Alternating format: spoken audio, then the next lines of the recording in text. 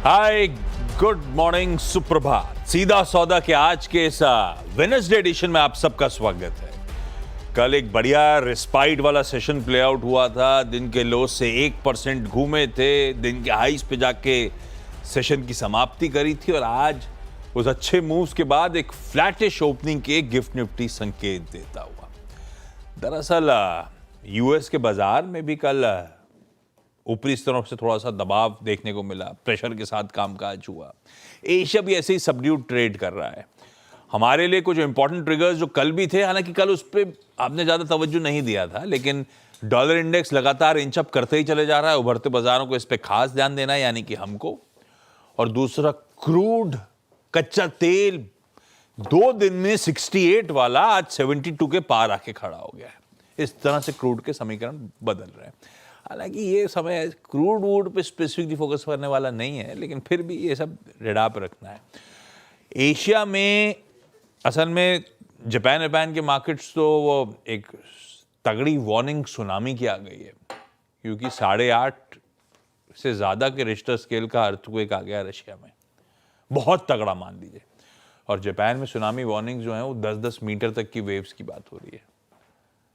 10 metre कितना हुआ? मेरी हाइट के ऊपर कितना? 30 फुट लगभग। मतलब 1 मीटर में 3.3, हाँ 3.3 फीट होता है। तो लगभग 30 से 33 फीट के वार्निंग्स आ गए हैं। और ये जो भूकंप हुआ है रशिया ईस्टर्न साइड पे, साइबेरिया और अलास्का के बीच में, ये भूकंप 10 साल में सबसे बड़ी तीव्रता वाला है। तो इतना बड़ा जो रिक्टर स्केल का भूकंप है कभी देखा नहीं गया पिछले 10 सालों में एटलीस्ट। बाप रे बाप, मतलब 33-35 फीट तो बहुत हो गया। मुझसे 6 फीट ऊपर, 6 टाइम्स ऊपर तक की वेव्स आ रही होंगी मेरे पास। बड़े। और जितनी कंट्रीज के साथ ग्लोबली नेचुरल क्लाइमेटीज बहुत आती हैं, वो पता नहीं कैसे प्रॉस्पर भी कर रही होती हैं। हाँ, यूएस में बहुत इश्यूज हैं, आपके पूरे मिडिल ईस्ट में इश्यूज हैं, आपके जापान में इशू हैं, ये कंट्रीज प्रॉस्पर करती हैं। खैर ठीक है, यतिन तो दिखी ना आपको। मैं और यतिन है आज बढ़िया से 20 स्टॉक्स अगले आधे घंटे हाईलाइट करेंगे, जो आज के ट्रेडिंग सेशन में आपको रेडार पे रखने हैं। कोशिश है कि कोई भी इंपॉर्टेंट स्टॉक छूटे ना। कोशिश है कि उनको एक कलर भी देने की कोशिश करें, लेकिन कलर का कोई मतलब नहीं है ट्रेडिंग और इन्वेस्टमेंट के लिहाज से। वो आपका फाइनेंशियल एडवाइजर, वो आपका कंसल्टेंट, वो आपका ब्रोकर आपको ज़्यादा बताएगा, बेहतर बताएगा। तो अपन लोग सब मिलकर यहाँ ग्राउंड वर्क तैयार कर रहे हैं, होमवर्क कर रहे हैं। नतीजे कैसे थे उस बेसिस पे, या खबर कैसी थी उस बेसिस पे लाल और हरे हो रहे होंगे। लेकिन मूड कैसा है भाई साहब? कल एक अच्छा सेशन मिला तो फाइनली। बिल्कुल अच्छा सेशन मिला और आज कंसोलिडेट भी कर सकता है मार्केट। एक ऑडियो क्लिप आई डोनाल्ड ट्रंप साहब की। वहाँ उन्होंने टैरिफ की बात की। इंडिया गहरा दोस्त है, फिर भी 20-25% टैरिफ लगाऊंगा। देखते हैं कैसे ट्रेड डील होती है। तो मुझे लगता है बाजार अब है ना, वो ट्रेड डील को डिस्काउंट कर चुका है। और ये स्टेटमेंट के बाद मुझे नहीं लगता है कोई हार्श स्टेटमेंट आया है यूएस की तरफ से। तो बाजार एक बार वो इवेंट जो है ना, इंडिया यूएस ट्रेड डील नहीं हो रही है, अक्टूबर सितंबर में होगी, कभी तो होगी। कल तो मैं पढ़ रहा था आर्टिकल्स की इंडिया तो ब्रेसअप कर रहा है कि टेम्परली नियर टर्म में हम ऊंची दरें झेलेंगे। अच्छा है, बिल्कुल ट्रम्प साहब के उस पर हम आए नहीं, हम अपना स्टैंड रख रहे हैं, अपनी रीढ़ की हड्डी एकदम मजबूत है भाई साहब। ये अच्छी बात है ना? अच्छी डील लेंगे, नहीं तो छोड़ देंगे। और मेरे ख्याल से इशू तो वो फार्म और डेयरी का ही आ रहा होगा सबसे बड़ा। उनको वही चाहिए और हम वो नहीं दे सकते। खैर, शुरुआत कैसे करी टीम की? तो शुरुआत करी है लार्ज कैप्स के साथ। और जैसे आप बोल रहे थे ना कि बहुत सारे रिजल्ट है, रिएक्शंस किस तरीके से आएंगे हम बता रहे हैं, लेकिन ऑब्वियसली ये रिकमेंडेशंस नहीं है जो हम दे रहे हैं इस शो पे। L&T देखिए, नंबर्स जो हैं एक्सपेक्टेशन से थोड़े बेहतर, margins in line with expectations. लेकिन जो इंटरनेशनल ऑर्डरिंग हो रही है, लोगों को पहले लगा कि क्रूड जिस हिसाब से मूव हो रहा है उस हिसाब से शायद ये इंटरनेशनल ऑर्डर बुक स्लो हो। ऐसा कुछ नहीं हुआ क्वार्टर में। इनफैक्ट अगर हम नंबर्स देखें तो नेट प्रॉफिट 30% ऊपर है, एबिटा 12.5% ऊपर है, मार्जिन लगभग 10% के आसपास आए हैं, जो एक्सपेक्टेशन भी 10% के आसपास थे। और अगर हम Q1 की ऑर्डर बुकिंग की बात करें तो यहाँ 25% का मोमेंटम आपको दिखाया। और कुल ऑर्डर बुक जो है अब 6 लाख करोड़ रुपए के आसपास आपको दिखाई पड़ रही है। इनफैक्ट 6 लाख करोड़ के ऊपर ही है। तो बढ़िया ऑर्डर बुक। एक नया ऑर्डर येस्टरडे भी आया, एक 15,000 करोड़ के ऊपर वाला मेगा ऑर्डर जिसको बोलते हैं। और काफ़ी अच्छी मोमेंटम ऑर्डर बुक में देखने को मिली। तो ये एक स्टॉक है जिसको ग्रीन में लेके चल रहा हूँ। और इसी के साथ GMR एयरपोर्ट्स, ये कंपनी के भी नंबर्स आए देखिए नंबर्स पर से आप देखेंगे तो कुछ समझ नहीं पड़ेगा, क्योंकि जनरली ऑपरेटिंग परफॉर्मेंस देखते हैं और एबिटा जो कंपनी की प्रेस रिलीज है उसके हिसाब से 1280 करोड़ रुपए है, जो पिछले साल लगभग 1000 करोड़ के आसपास का फिगर था। तो ब्रॉडली एक 26-28% के बीच की ग्रोथ एबिटा में देखने को मिल रही है। और कंपनी का ये मानना है कि जो दिल्ली एयरपोर्ट है, गोवा और हैदराबाद, यहाँ से आपको काफ़ी अच्छी ग्रोथ देखने को मिलेगी बैलेंस ऑफ फाइनेंशियल ईयर 26। इसके अलावा फ्री कैश फ्लो FY 26 की बात कर रहा है दिल्ली इंटरनेशनल एयरपोर्ट के बारे में।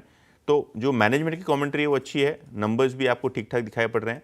तो दोनों ही L&T और GMR एयरपोर्ट्स आशीष रिएक्ट करेंगे पॉजिटिवली नंबर्स को। बढ़िया, नंबर्स दोनों अच्छे हैं, अच्छी बात है। एक नंबर थोड़ा सा ठंडा था, उसको मैं बाद में मेंशन करता हूँ, मेरी टीम में भी है NTPC का, लेकिन पहले बाकी के फेरिफेरल स्टॉक डिस्कस कर लेते हैं। एक तो खैर अब इसमें क्या डिस्कवर्ड है, सबको पता था, IDBI बैंक रडार, लेकिन रडार पे रहेगा आज के सेशन में।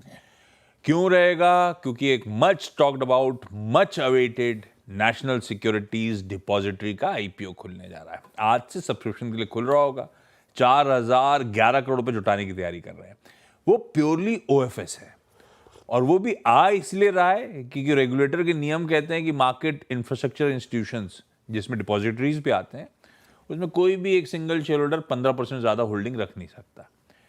अब इसमें NSE और खास तौर पे IDBI, सबसे इंपॉर्टेंट तो खैर IDBI बैंक हो गया, क्योंकि सब 26% स्टेक करेंटली रखता है ये NSDL में, और इस रूल के चलते इनको लाना है 15% पे। तो ये अपना स्टेक 26 से 15 रिड्यूस कर रहे हैं। लाइकवाइज NSE 24 से 15% लेकर आ रहा है, और कुछ बाकी लोग अपना पीस मील बेच रहे हैं। ये दो मेन है।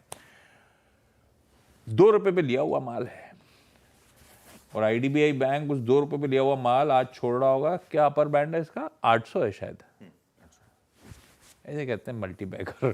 खैर पता था स्ट्रीट को ऐसा कुछ नहीं है, लेकिन फिर भी आज रडार पे रखेंगे। आई एम श्योर NSDL की IPO को सॉलिड रिस्पॉन्स मिल रहा होगा, क्योंकि कोई भी इंस्टीट्यूशन शायद अपने पोर्टफोलियो में मिस नहीं कर रहा होगा उसको। और अभी हम लोग 10 बजे के शो में जुड़ेंगे, तो 10 के दमदार ट्रेड में, तो इस पे और IPO पे चर्चा कर रहे होंगे, तो आपको समझ में आएगा। ऐसा लग रहा है, मैंने भी पढ़ रहा था, ऐसा लग रहा था टेबल पे कुछ छोड़ा हुआ है टाइप्स।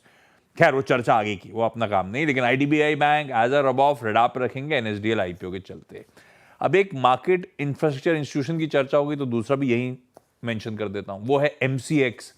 MCX ने कहा कि इस हफ्ते हमारी जो बोर्ड मीट है, मेरे ख्याल से फ्राइडे को बोर्ड मीट होनी है, 1 अगस्त फ्राइडे है। उस बोर्ड मीट में नतीजों के साथ साथ हम लोग सब डिवीजन यानी कि स्टॉक स्प्लिट पे विचार करेंगे। थोड़ा सा ऊपर इस तरह से कूल ऑफ हुआ है। MIs आज रडार पे रहेंगे उस इंपेंडिंग IPO के चलते, तो मुझे लगता है MCX भी इन ग्रीन। तो एक हो गया IDBI बैंक, एक हो गया MCX, दोनों इन ग्रीन भाई साहब। बहुत बढ़िया। चलो, तो ये L&T और GMR के बाद जो दूसरे नंबर्स आए हैं उस पर भी नज़र कर लेते हैं। IGI इंडिया, और रिसेंटली कंपनी का IPO आया था, और ये जो है ना वो डायमंड सॉर्टिंग वगैरह करते हैं, ग्रेडिंग करते हैं। इनके मुनाफे में जेमोलॉजिकल, हाँ, इंडियन जेमोलॉजिकल इंस्टीट्यूट, और प्रॉफिट में 63% की ग्रोथ, रेवेन्यू में 16% की ग्रोथ, एबिटा 37% बढ़ा है, और मार्जिन्स देखिए 9% साल दर साल बढ़ के 57.5% के आसपास आए हैं। तो अगर हम बात करें तो जो लिस्टिंग है उसके बाद के सबसे तगड़े नंबर्स देखने को मिल रहे हैं Q1 में। शायद स्टॉक इसको पॉजिटिवली ले, तो ये एक स्टॉक रेडार पर रखिए। इसके अलावा ASK ऑटोमोटिव्स, ये काउंटर में भी अगर आप देखें तो मुनाफा 66 करोड़ आया है 57 करोड़ के सामने। रेवेन्यू में भी आपको एक ग्रोथ देखने को मिल रही है, और सबसे बड़ी बात है एबिटा, यहाँ 20% का ग्रोथ है। 120 करोड़ एबिटा आया है, जो पिछले साल 102 करोड़ था, और एबिटा मार्जिन भी 13.5% आए हैं, जो लगभग 11.25% के आसपास थे। तो यहाँ भी आपको अच्छा मार्जिन एक्सपेंशन लगभग 2.5% के आसपास का देखने को मिल रहा है। तो दोनों IGI और ASK ऑटोमोटिव नंबर्स के बाद हरे निशान में ट्रेड करते हुए दिखाई दे सकते। ये अच्छा हो गया है कि खूब नतीजे आने शुरू हो गए हैं, तो थोड़ा सा टीम बनाना इजी हो गया। अगला है JSW स्टील। कल ही मैं आपको सुबह मेंशन कर रहा था कि एक बहुत इंपॉर्टेंट दिन है JSW स्टील के लिए। एक सुप्रीम कोर्ट में जाना था, है ना, तो एक रिलीफ आता हुआ JSW स्टील के लिए, और इनफैक्ट इसके जो भूषण पावर के लेंडर्स थे उनके लिए भी। सुप्रीम कोर्ट ने कल वो भूषण पावर मामले में वो रिव्यू पिटिशन की सुनवाई करी, वो प्ली की सुनवाई करी, एक्सेप्ट करा रिव्यू पिटिशन, अपने खुद के सुप्रीम कोर्ट के डिसीजन जो आया था रेजोल्यूशन प्लान को स्क्रैप करने वाला, तो एक रिलीफ। अब वो ऊंट किस करवट बैठेगा वो अलग कहानी, एटलीस्ट कंटेस्ट करने को मिल रहा है। और एक ही इनके पास रूम था, सुप्रीम कोर्ट के पास ही गुहार लगाएं कि भाई आपने ही जो फैसला लिया था उसको रिव्यू कर लीजिए एक बार। और अच्छी बात इनके फेवर में ये जा रही थी मेरे ख्याल से कि जो लेंडर्स थे, state bank of India, Punjab national bank वगैरह, उन्होंने सेपरेट रिव्यू पिटिशंस फाइल करी थी जेएसडब्ल्यू के स्टैंड को सपोर्ट करने के लिए। 19-19.5 हज़ार करोड़ रुपए की खरीद थी, सारा मामला गड़बड़ा था। तो होप्स है, हालांकि स्टॉक दमखम ऑलरेडी बहुत दिखा रहा है, बहुत अच्छी वेलकम रिलीफ आई है जेएसडब्ल्यू स्टील के लिए, इसलिए ग्रीन कर दिया मैंने। अगला स्टॉक एनटीपीसी का, इसको लाल रखा है, हालांकि स्टोरी अच्छी है पावर की, अभी भी उसमें कोई दिक्कत नहीं है। और स्टॉक लेकिन ऊपर से ठंडा ऑलरेडी पड़ा हुआ है। नंबर्स डिसअपॉइंटिंग है, आए 4-4.25% गिरी, एक्सपेक्टेशन से मेरे ख्याल से 2-3 हज़ार करोड़ रुपए के आसपास का मिस है। एबिटा एब्सोल्यूट तो छोड़ दीजिए, मार्जिन से समझा देता हूं, एब्सोल्यूट में भी मिस है, ऑब्वियस है। मार्जिन 28% से गिर के 24% पे आए। स्ट्रीट मान रहा था 28% वाले 28.5 हो जाएंगे, 50 बेसिस पॉइंट बढ़ने की बात थी, 400 बेसिस पॉइंट का डिक्लाइन है। ऑपरेशनली खराब नंबर्स दिख रहे हैं, टॉप डाउन वीकनेस है, इसीलिए एनटीपीसी लाल रखा है। 4 हो गए मेरे, 4 हो गए। और अगले 2 जिसके बाद मेरे भी 6 पूरे हो जाएंगे।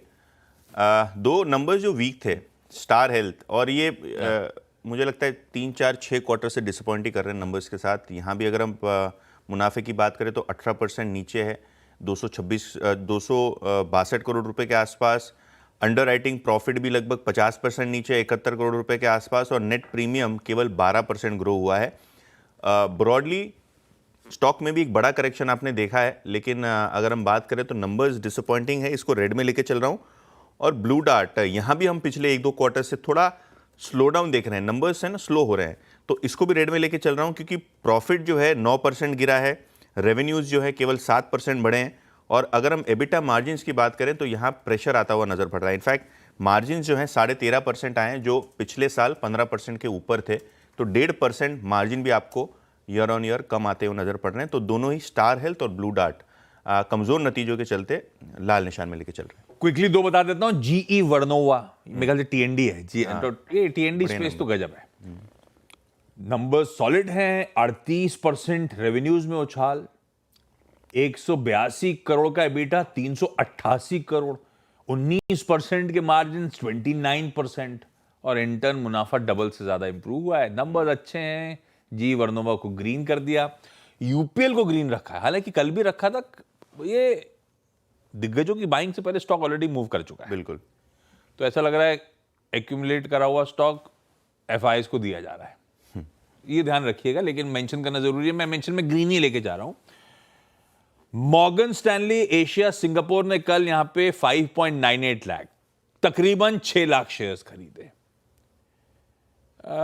मेरे ख्याल से परसों बोफा ने भी खरीदा था माल, ग्रीन रख दिया है, लेकिन सिर्फ रेडार रखने के लिए। 6 स्टॉक्स पूरे, क्विकली छोटा सा ब्रेक के उस पर जब लौट के आएंगे तो अगले 4 पे बातचीत।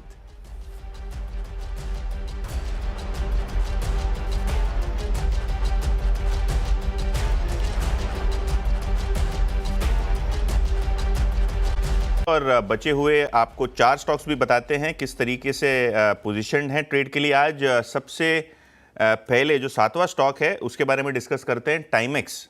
और काफ़ी स्ट्रॉन्ग नंबर्स हैं। Q1 का एबिटा है लगभग 22 करोड़ रुपए के आसपास, जो पिछले साल केवल 4 करोड़ था। मार्जिन अगर आप देखें तो 12.8% के आसपास आए, यानी लगभग 13% के आसपास आए हैं, जो पिछले साल 4% थे। तो काफ़ी स्ट्रॉन्ग ऑपरेशनल नंबर्स आपको देखने को मिल रहे हैं। और नेट प्रॉफिट भी अगर हम देखें तो 15 करोड़ आया है, जो पिछले साल लगभग 2.5 करोड़ रुपए के आसपास का नंबर्स था। रेवेन्यूज़ में भी आप देखेंगे कि लगभग 50% से ज़्यादा का जंप देखने को मिल रहा है। तो काफ़ी शानदार नतीजे टाइमेक्स के। येस्टरडे भी स्टॉक 4-5% ऊपर था, और आज देखते हैं किस तरीके से स्टॉक रिएक्ट करता है अपने नंबर्स को। और जो 8वां स्टॉक मेरे लिस्ट पे है वो है टाइम टेक्नोप्लास्ट, और ये बोनस इशू कंसिडर करेंगे 11 अगस्त की बोर्ड मीटिंग में। तो ये भी स्टॉक आज कॉर्पोरेट एक्शन के पीछे नजर में रहेगा। रखिए स्टॉक से रडार पे। एक स्टॉक मिस हो गया मुझसे, अब प्रोड्यूसर साहब, अब और मेरे लिस्ट में वीकेस्ट कड़ी यूपीएल है, क्योंकि कल मेंशन करा था, कल भी ठंडा ही रहा वो स्टॉक, काफी चल चुका है वो। प्रोड्यूसर साहब अगर हम विकल्प दें तो मैं ओएनजीसी ग्रीन करना चाहता, या तो अपस्ट्रीम कंपनीज ग्रीन करना चाहता है, क्योंकि क्रूड गजब इंच अप कर रहा है। $2-2.5 पे अभी हमें रिएक्ट करना है आज के लिए इक्विटीज को, 3:30 बजे से आज सुबह के बीच में। तो अगर हो तो यूपीएल को बदल दीजिए, हटाइए उसको और ओएनजीसी ग्रीन करिए। खैर, अगले में नोवार्टिस, हालांकि कुछ कर नहीं रहा, स्टॉक कंसोलिडेट कर रहा है, ऑपरेशनली अच्छा लग रहा नंबर, आए तो फ्लैट है, बल्कि 5% गिरी है, लेकिन उसके सामने एबिटा 14% का जंप है, मार्जिन 500 बेसिस पॉइंट्स एक्सपैंड कर दिए। एथर एनर्जी, मेरे ख्याल से कल इसकी गुफ्तगू हुई है काफी एनालिस्ट के साथ, दो इनिशिएटिंग कवरेज रिपोर्ट्स हैं, इसको ग्रीन कर दिया है मैंने। नोमुरा कह रहा है इनिशिएट कवरेज बाय के साथ 458 के टारगेट्स, एचएसबीसी कह रहा है इनिशिएट कवरेज बाय के साथ 450 के टारगेट्स, ऑलमोस्ट सिमिलर टारगेट्स हैं, पर उससे पहले कल के मूव्स आपकी स्क्रीन पर हैं। ईवी का पोटेंशियल और उसका एक सिग्निफिकेंट बेनिफिशियरी ये मूल है, बाकी रिपोर्ट्स की डिटेलिंग अपन आगे शो में कर रहे होंगे। एथर को ग्रीन रखते हैं, लेकिन कल जाते जाते ना तगड़ा इंचअप हो रखा है, ये ध्यान रखिएगा। हो गया। हाँ, अगले दो कौन से भाई? हाँ, तो आखिर के दो स्टॉक्स जो हैं, मिड वीक है, सावन का महीना है, फिर भी वो आज अल्कोहल स्टॉक्स है, या वो रेड बुल स्टॉक्स कह लीजिए, या जो है जूस स्टॉक्स कह लीजिए। दो जूस स्टॉक्स तो वो शिनचैन बोलता है। तो दो स्टॉक्स फोकस में है। सबसे पहले तिलक नगर इंडस्ट्रीज, खबरों में रहा है ये स्टॉक कंटिन्यूअस पिछले हफ्ते, इस हफ्ते की शुरुआत में, और फाइनली कंपनी अब वारंट इशू करेगी 1750 करोड़ रुपए के आसपास के प्रेफरेंशियल बेसिस पे, और अगर हम शेयर्स की बात करें तो 550 करोड़ रुपए के शेयर्स भी जो है फंड रेजिंग के अंदर हैं। तो ब्रेकअप फंड रेजिंग का ऐसा है, 550 करोड़ रुपए शेयर्स के जरिए, 1750 करोड़ रुपए ब्रॉडली वारंट्स के जरिए कंपनी रेस करेगी। इसके अलावा और एक न्यूज़ है, तिलक नगर में आंध्र प्रदेश सरकार ने इनको LOI दे दिया है प्राग डिस्टिलरी के एक्सपेंशन का। तो क्योंकि ये लाइसेंस इंडस्ट्री है, केपेक्स के लिए आपको सरकार की परमिशन लेनी पड़ती है, ऑटोमेटिक नहीं होता हो, तो फाइनली वो आंध्र प्रदेश सरकार से इनको अप्रूवल भी आ गए डिस्टिलरी एक्सपेंशन के। तो ये स्टॉक फोकस में रहेगा फंड रेजिंग और एक्सपेंशन प्लान के चलते। और एलाइड ब्लेंडर्स एंड डिस्टिलर्स, ये ABDL भी इसको कहते हैं, मार्जिन्स इसके सुधरे हैं। Q1 का प्रॉफिट है 61 करोड़, जो पिछले साल 12 करोड़ था। रेवेन्यू भी आपको फ्लैट देखने को मिल रहा है, लेकिन मार्जिन्स देखिए, जो मार्जिन्स हैं लगभग 8.7% के आसपास आए हैं, जो पिछले साल 7.5% थे। मैनेजमेंट ने कमेंट्री में कहा है कि वो डबल डिजिट मार्जिन देखना चाहते हैं, 9-10% का टारगेट है उनका मार्जिन्स का। तो जो कमेंट्री है वो भी ठीक ठाक दिखाई पड़ रही है। तो आज ये दो लिकर स्टॉक्स फोकस में रखिए, तिलक नगर और ABDL। और मुझे बताया गया है कि सावन के बीच में 12:30 पे ABDL के MD साहब भी होंगे लाइव इन नतीजों पे। तो अपन समझेंगे फिर नतीजों में ये एक्सपेंशन कहाँ से आया और सस्टेन होता है नहीं होता है। लास्ट के दो स्टॉक्स जो आज टीम में मेंशन करने हैं मुझे, वो हैं एक तो इंटेलेक्ट डिजाइन, बिजनेस अपडेट्स हैं इंटेलेक्ट का और साइंट का, और कुछ नहीं। इंटेलेक्ट डिजाइन करा है साउथ अफ्रीका में, इन्होंने कुछ AI प्लेटफॉर्म लॉन्च करा है बैंक्स और फाइनेंशियल इंस्टीट्यूशंस के लिए। पता नहीं साउथ अफ्रीका में कितने क्लाइंट हैं इनके, पर फिर भी खबर तो अच्छी दिख रही है। ग्रीन करा इंटेलेक्ट डिजाइन को। साइंट को ग्रीन करा क्योंकि इन्होंने कहा कि हम एक सब्सिडी का गठन कर रहे हैं, एंटिटी का गठन कर रहे हैं सिंगापुर में, साइंट सेमीकंडक्टर्स सिंगापुर, जो किसका काम होगा, सेमीकंडक्टर स्पेस में इंजीनियरिंग, डिजाइन और कंसल्टेंसी एक्टिविटीज का, रिसर्च एंड एक्सपेरिमेंटल डेवलपमेंट का। तो ये दोनों बिजनेस अपडेट से चलते सुनने में तो ठीक ही लग रहे हैं, दोनों ग्रीन कर दिए। तो ये हो गया भाई साहब हम दोनों के 10-10 स्टॉक्स। एक ब्रेक ले लिया जाए, ब्रेक के उस पार जब लौटेंगे तो यही 10-10 की टीम्स का एक बढ़िया सा रैप अप आपके सामने प्रेजेंट कर देंगे।